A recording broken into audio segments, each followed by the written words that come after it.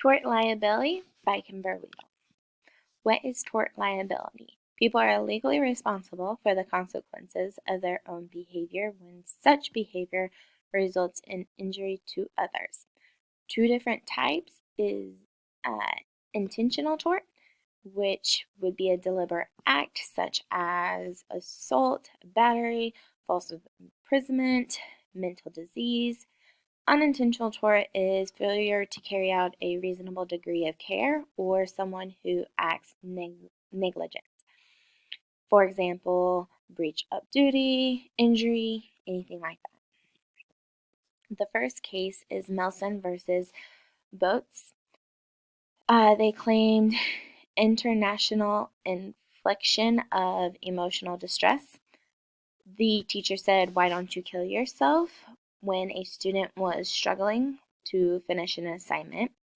The teacher was found negligent because of the position and the level of authority as the student's teacher in the classroom setting in which the conduct was allegedly to have accused. The court held reasonable mind it could conclude that her remarks were extreme and outrageous.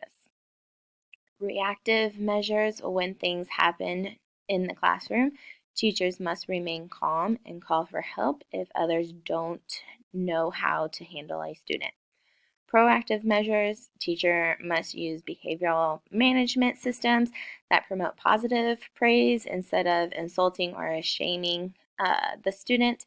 Teachers need to have a classroom management toolbox, something that they can pull out, just different types of classroom management. If one doesn't work, make sure you have another one. Professional ethics, unprofessional conduct at the least, and terminable due to the extreme nature of the comment. Hutz versus Western Heights Independent School District.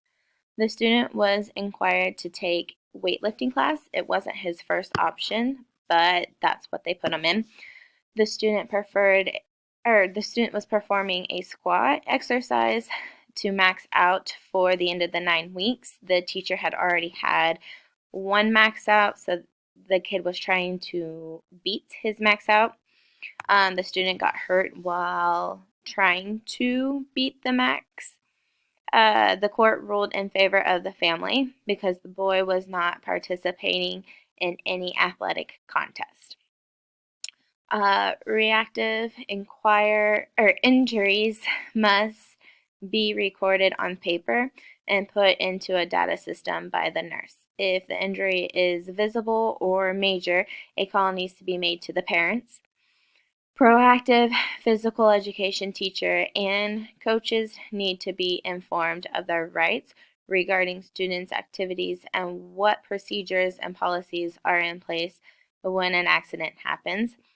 Professional ethics: the teacher was not forcing the student to squat a certain weight. The teacher would need to be knowledgeable of each student's limits and capacity.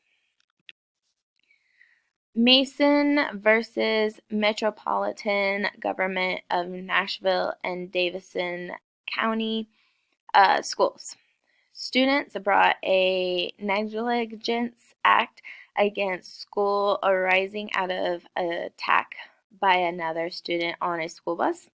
The court does not impose upon teachers the duty to anticipate or foresee the hundreds of unexpected students' acts that occur in our public schools. The attacker had not been known to have a weapon, cause trouble at school, thus wasn't able to foresee the action. Reactive: in order to keep students safe on the bus should have expectations and a student management system, much like a classroom. Bus drivers can stop the bus, order the students to stop, and call dispatch for help for student safety. Proactive: bus drivers should be trained along with teachers on handling not only student safety, but also student management at the beginning of the school year. Ethics: when agreement do escalate into fights, it is important that school personnel know basic techniques for dealing with physical aggression. This so neither student nor driver are hurt. Mitchell versus Cedar Rapids Community School District. A high school special education student left school early with another student without receiving permission. Later, after leaving the school, the student was sexually assaulted. The school district was sued for failing to act quickly on excused absence, failing to monitor, supervise the special education student. The school was found to be negligent and was fined $500,000 in damages. Reactive, reviewing the policy, discussing how we go about reporting an absent student, what steps are taken by which staff members, supervision of students. Proactive, set up a system that allows teachers to communicate efficiently and confidentially about students' behaviors that are unusual or needing to be watched. Ethics, students that have IEPs must have a team of teachers that communicate regularly and frequently. This is necessary in order to ensure that all accommodations are met.